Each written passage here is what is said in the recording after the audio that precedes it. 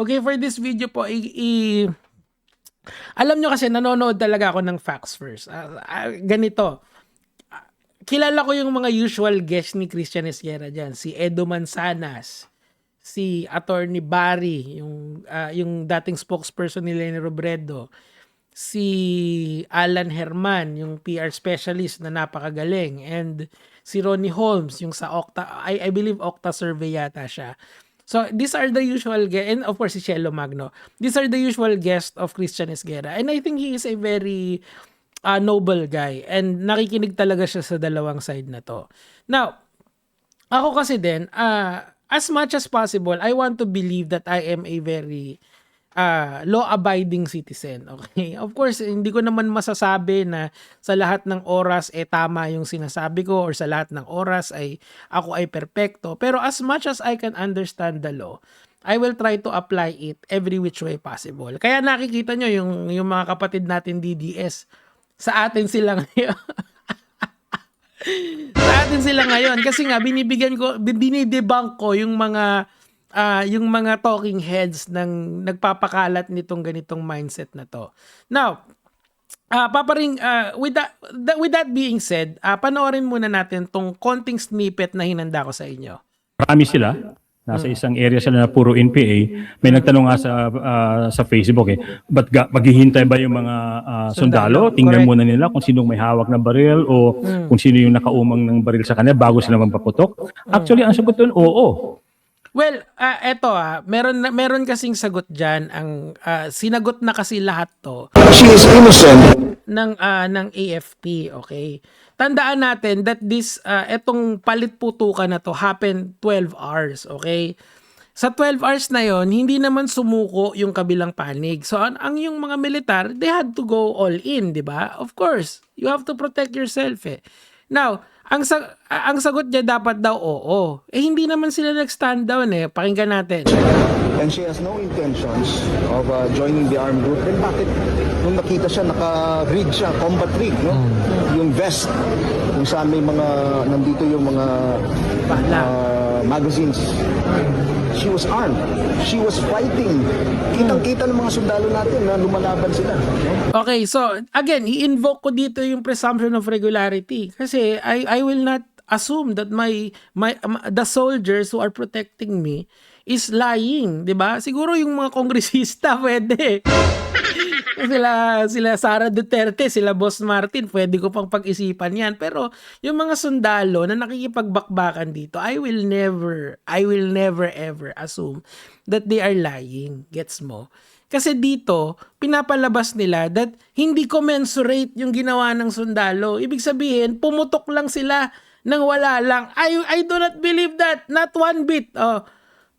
Dito muna tayo kay Kuya. Balik tayo sa kanya. Dapat doon sila ka-consensus tungkol doon sa rules of war. Yun nga. So, nagbabangga ngayon yung naratibo ng AFP at saka nitong tao na to.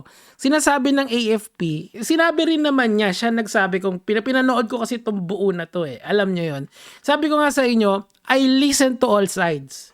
Hindi ako kakampi sa'yo kung wala kang ebidensya na malakas. Kung naratibo lang ang dala-dala mo, lugi ka. Madedebang ka ng wagas. 'Di ba? So dito, clearly, ang sinasabi nila, nakikipaglaban yung mga tao na yon. Okay? Hindi ako nagsabi nito, this is not coming from me. May presumption tayo of regularity. You are saying indirectly that the soldiers are lying. I don't believe that. Diyos ko Lord. Kasi nga, why would you put the students in the first place in an NPA-infested field? Bakit hindi dun sa iba? Marami namang sakahan dito na hindi, na kung immersion at immersion lang talaga. Oh, come on. Anyway, tuloy natin. Ano pa dyan, itong si Alisa nga, yung estudyante from UP na sinasabi nga nila na NPA. Okay, sabihin na natin na andun siya, kasama siya ng mga NPA. Oh. Ang mali kasi sa naratibo ng mga taong nagko-comment dito is that mapunta ka lang doon sa grupo ng mga yun, dapat ka nang mamatay. Mali. may sagot diyan ang Sigibo Chodoro mismo. Pakinggan natin. Sabi ko nga sa inyo, everything that they are saying has already been refuted.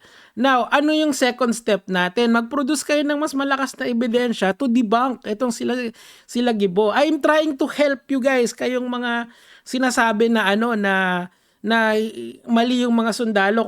Kung titignan niyo yung kritisismo ko, napakapatas nito, napaka-commensurate ito. Pakinggan natin, sige po. So, anong ginagawa ng estudyante kung estudyante Ulit. maarmado Sa anti-imperialista, Beses ka. kasama ng maarmadong hindi talagang madadamay. So, anong ginagawa ng estudyante kung estudyante man talaga yon doon sa enkwentro, sa scene correct. of bakit kasama ng NPA? Yun ang dapat itanong sa kanila. Dapat nga eh. At kung nandun yung estudyante, hindi man combatant, obstruction of justice or aiding and abetting yun. Yari, di ba? So, ibig sabihin, hindi ka dapat nakikisama sa NPA kahit anong konteksto. That is what they're saying. National defense natin yan. Dito, gusto nyo ng wag patulan eh. Yun yung sinasabi nila eh. Kaso pinasuko naman sila eh. Sumigaw yung sundalo, sumuko na kayo. 'Di ba? For 12 hours straight, hindi naman sila sumusuko eh.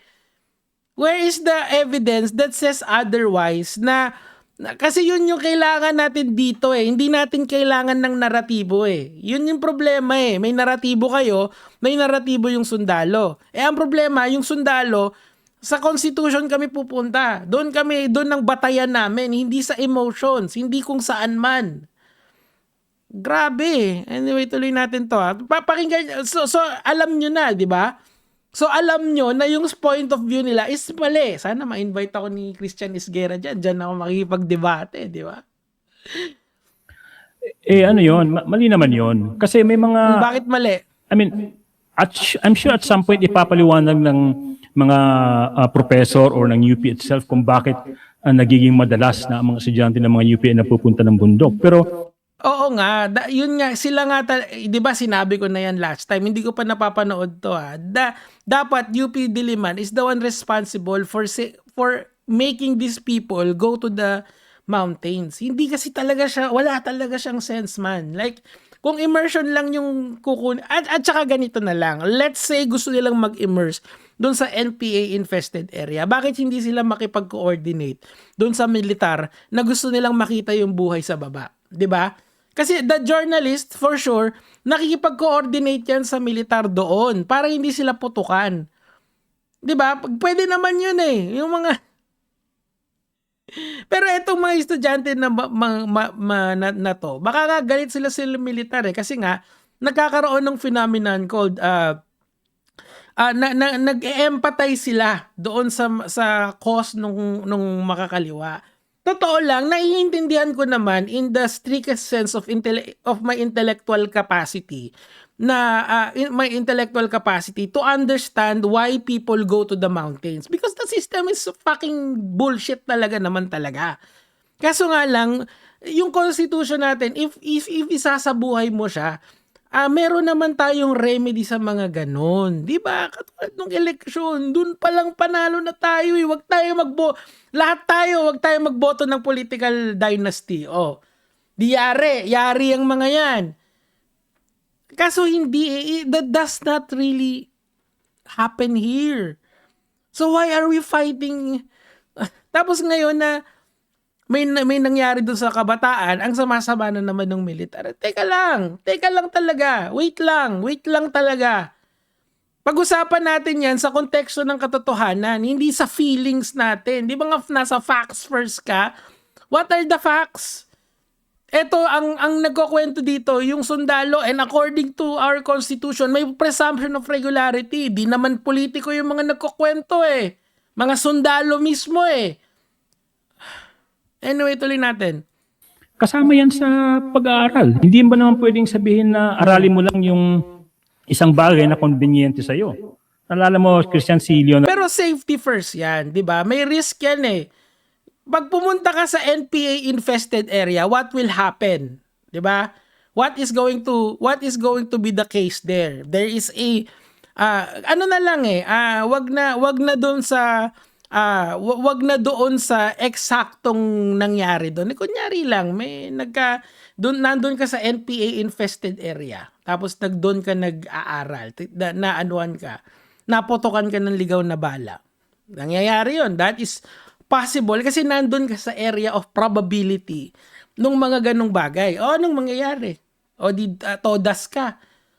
Tas mali na naman yung sundalo kasi alam mo ako kasi I really love our country. I really do. Diyos ko Lord, kung alam nyo lang. Kaso naiintindihan ko kasi siya from inside and outside. Etong mga ganito, walang maitutulong to. Alam mo kung yung mga militar na yan, hindi naman yan mga politiko. Yung mga politiko, bakbakan natin yan. Pero di ba ang klinaw nung sinabi ni Gibo at saka nung AFP chief natin, di ba? Ni Sir Bronner, tuloy. Ko yung pinatay ng NPA sa Samar o sa Eastern Visayas na botanist. Pinapalabas pa nga nila na NPA yun, di ba? Pero saan siya magre-research? Kundi sa bundok, sa jungle, sa forest. Red herring na yan. Hindi na yan yung sa konteksto dito, di ba? Eto kasi, nahuli sila kasama nung mga NPA. There are pictures now na kumakalat sa social media. Hindi ko lang pwedeng i-post Pero alam nyo naman yun kasi yung mga tarantadong DDS, nakita ko fina-flood nila yung hinahayaan ko. Bakit? Kasi may point sila. Sa ngayon, may point sila Wala akong magagawa Wala tayong wala tayong bala sa kanila quite literally. Nahuli silang kasama yung NPA and sinabi ni Gibo, bakit kasama kayo dyan? Di aiding and abetting kayo. Aiding and abetting, kung ano man yung word na yon. Tuloy. Yes, di ba? Ang punto ko dito is that hindi mo dapat tanggalan ng karapatan ang sino man, lalo na mga estudyante, lalo pa yung nag-aaral pa lang, na aralin kung ano yung gusto nilang aralin. Pero that's not really what happened, di ba? That's not really what happened according to Bronner. Ito yung punto na dapat nyong i-debunk. Hindi kayo pwedeng magpresenta ng bagong information hanggat hindi ito nade-debunk, 'di ba? Ito yung prevailing narrative. Bakit yan yung prevailing narrative? Because this is constitutionally supported. This is the report of the mga sundalo na nadali sa engkwentro, na nakasama sa engkwentro. Would you be more happier if a soldier died because of these people? Of course not. That's unfair. That is very unfair, 'di ba? Baka idikit nyo to sa war on drugs hindi yan pareha sa apples and oranges yan. Mag-focus kayo dito sa isa-isang issue lang yung pag-uusapan natin. Nakaka-frustrate lang kasi you can see the narrative, kung paano nila ini-spin yung narrative. Ako, okay lang naman tayo mag-spin ng narrative basta malakas yung ating yung ating ebidensya. What is UP Diliman saying now? And si Sir dito, nag-invoke sila ng Geneva Convention. Why? Why should you do that? Nakikipaglaban yung mga nasa kabilang panig. And ano pa?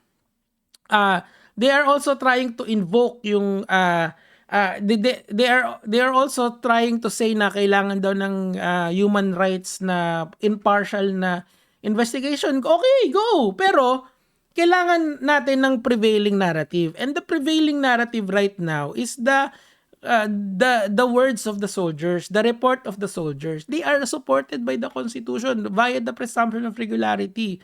Titindigan ko yan. Sabi ko nga sa inyo, imbitahan nyo ako dyan sa Facts First makain kami lang dalawa ni Sir. Pwede kami. Let's go. Dito naman tayo sa last na to para kay Christian Esguerra naman.